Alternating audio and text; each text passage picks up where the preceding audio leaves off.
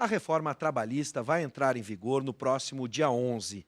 Especialistas afirmam que a medida provoca o que se chama de antinomia jurídica, ou seja, o conflito entre as leis. Sobre este assunto, nós vamos conversar com dois advogados trabalhistas, Sandra Roade Cosentino e Jesus Augusto Matos, que também é vice-presidente da região sul da Associação Brasileira da Advocacia Trabalhista. Boa noite, sejam bem-vindos. Boa noite.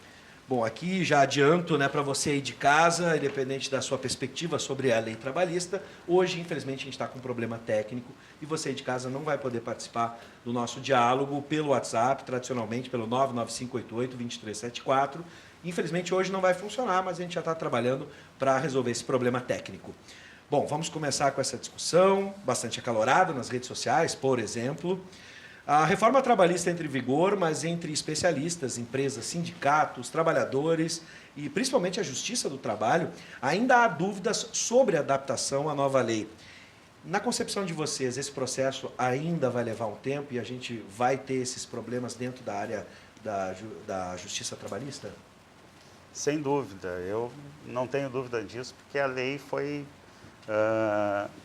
muito mais profunda do que aquele velho projeto que o Executivo apresentou em dezembro, né? Quando foi para a Câmara, tomaram conta e o Marinho chamou todas as entidades empresariais e fizeram coisas assim que criaram o autônomo exclusivo e o trabalhador intermitente, né? O empregado intermitente, situações assim inimagináveis em outros momentos, né?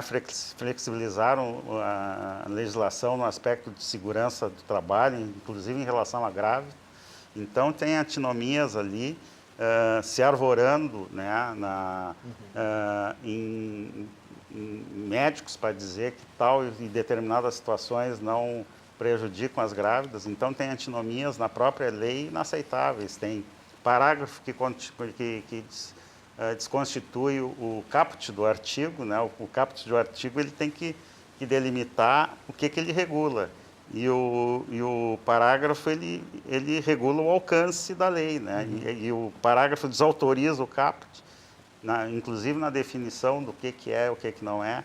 Então, são antinomias que a gente vai ter que enfrentar nas lides trabalhistas. Eu e a doutora aí vamos ter que arrumar um caminho que a gente possa ir trilhando. Sim. A ideia é ir tanteando devagar para ver até onde a gente possa alcançar. E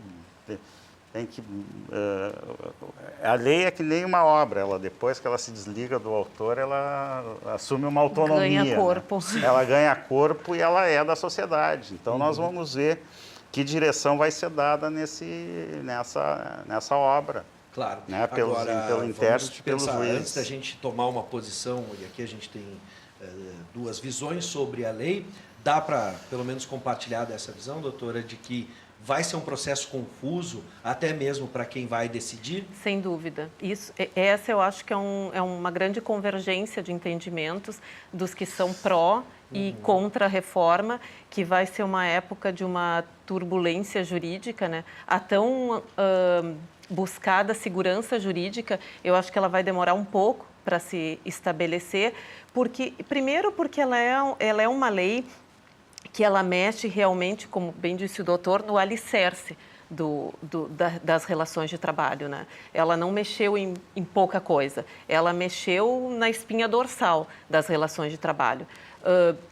Já adiantando a minha posição, que a gente estava conversando ali fora, é divergente, acho que é uma lei que veio num tempo certo e necessário.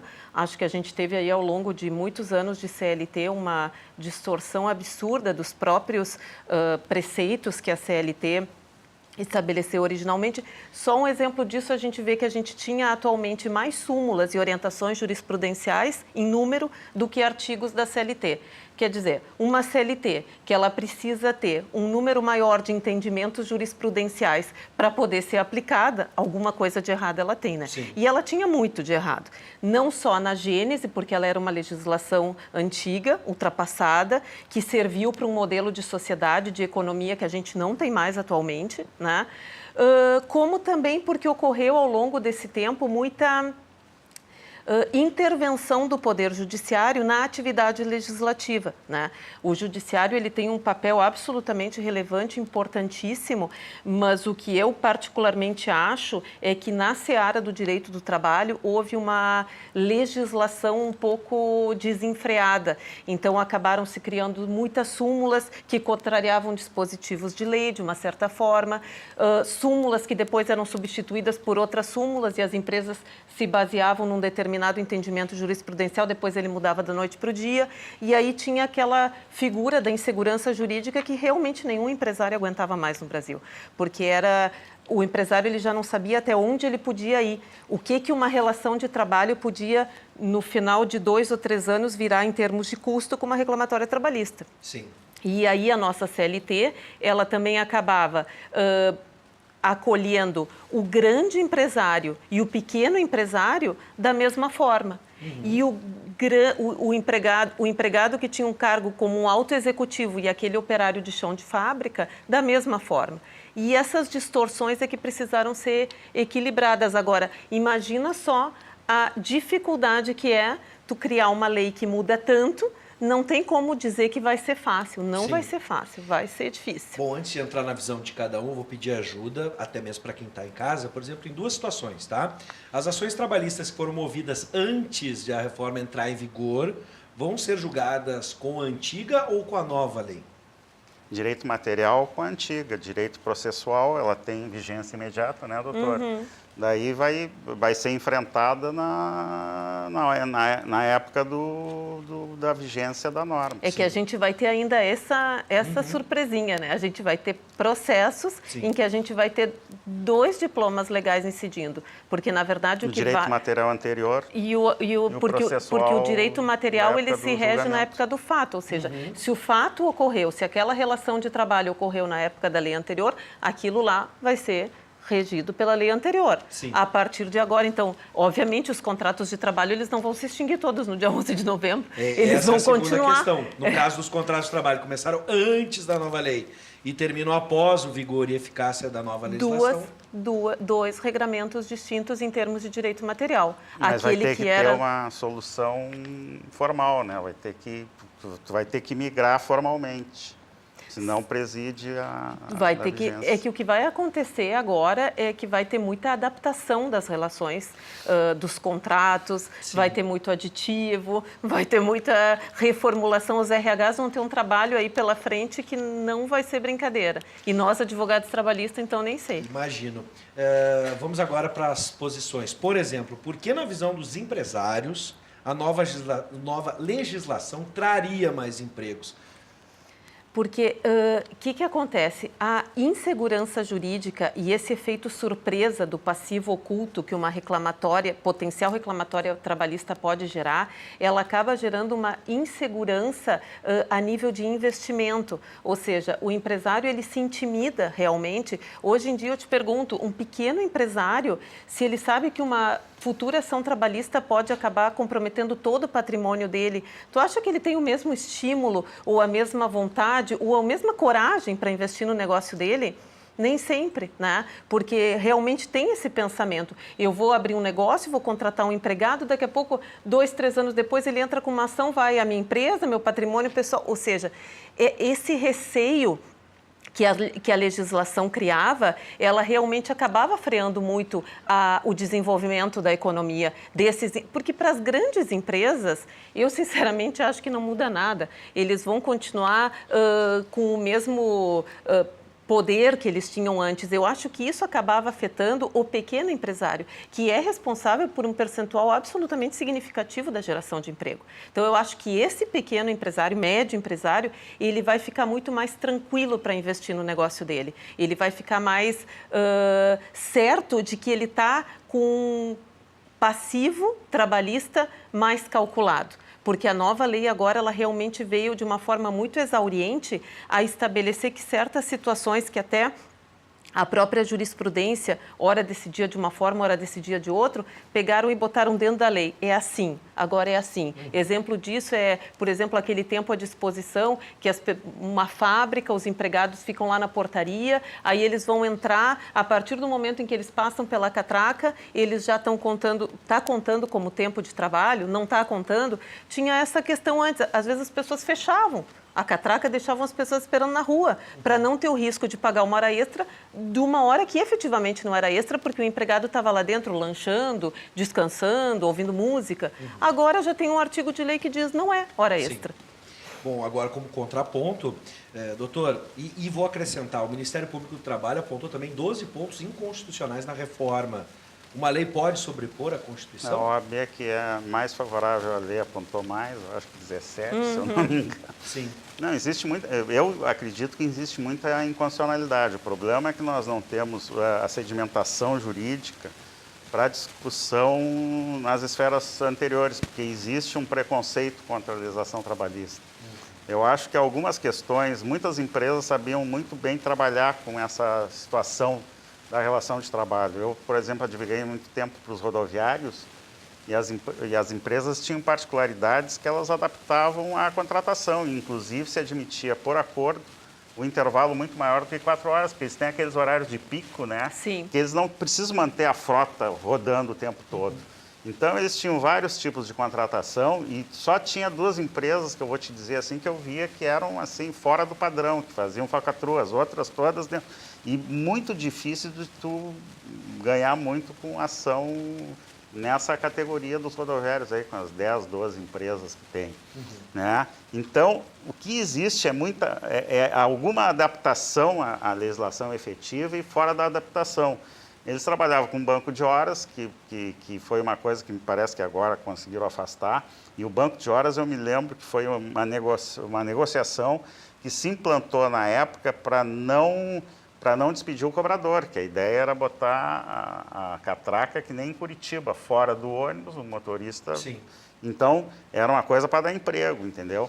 Então, daí se fez alguns acordos e raramente tu conseguia sair muito dali. E as empresas têm condenações absolutamente plausíveis. Isso aí é uma maior adaptação à lei. E tem outras empresas que, efetivamente, elas forçam algumas coisas que não são abrangidas, porque tem os instrumentos. Nós temos contrato a prazo de até 2 anos. Né? Sim. A própria Associação dos Juízes, uma vez, quando fez um congresso, contratou uma RP, aquelas pessoas que promovem, pelo contrato de 1 ano. Né? Durante o período. Então, eu acho que é trabalhar pouco com o instrumental que a CLT efetivamente oferecia, entendeu? E aí gera, tu forçar certas situações, tu gera passivos trabalhistas que realmente saem fora do padrão. Agora, quem tinha um bom controle e domínio da lei, raramente eu vi grandes alterações. Sim. Sempre quem tentava inventar moda que era impactado. Bom, aqui talvez a gente possa achar um consenso mais uma vez. A gente pode esperar uma enxurrada do já atarefado Supremo Tribunal Federal após a lei entrar em vigor? Eu não sei se uma enxurrada, porque as ações que vão chegar no Supremo, que eu acho que todo mundo está se referindo a essas ações de declaração de inconstitucionalidade ou de constitucionalidade, como o presidente do TST já disse que talvez incentive a Advocacia Geral da União a fazer, elas têm um objeto limitado, né? A gente viu aí, o MP apontou 12, a OAB apontou 17, e muitas se repetem, né? Então, enxurrada não vai ter, vai acabar sendo uma demanda repetitiva dos pontos de inconstitucionalidade que as entidades, porventura, venham a entender que existe na nova legislação. Eu acho que Perto da Lava Jato não é nada. Eu né? acho que assim, nós temos muita preocupação com o STF. Então, a ideia é não constitucionalizar a discussão. Sim. Né? Não tentar constitucionalizar ela ou levar para esse lado, porque qualquer coisa pode... Talvez as empresas consigam enquadrar. A nossa ideia é fugir por algumas manifestações de ministro. O próprio Barroso disse que tem mais reclamatória e passivo trabalhista. Não sei de onde que ele tirou o dado. Esse dado ele disse que tirou do Pastore. Nem o Pastore sabe de onde que ele tirou o dado. Sim. Porque ele é mentiroso. Né? E o que acontece é que existe realmente um descumprimento deliberado da legislação em muitos segmentos, né, que ficam tensionando a legalidade de algumas normas e realmente, às vezes, eles perdem o controle, porque eu vejo setores que têm bom controle daquilo que eles necessitam para suas atividades e adequação, que raramente eles são impactados com condenações assim, fora de propósito. Eu já advoguei contra a empresa, que eu esperneava e ganhava pouco, porque ela, na média, ela cumpria a lei, entendeu?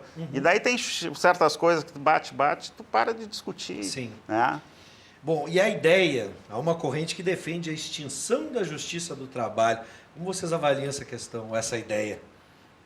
Não, ninguém quer, né, a extinção da justiça do trabalho. Acho que nós, como advogados trabalhistas, obviamente não, mas enquanto cidadã, também acho que seria absolutamente nefasto para a sociedade. Acho que a justiça do trabalho ela tem um papel importante, relevante.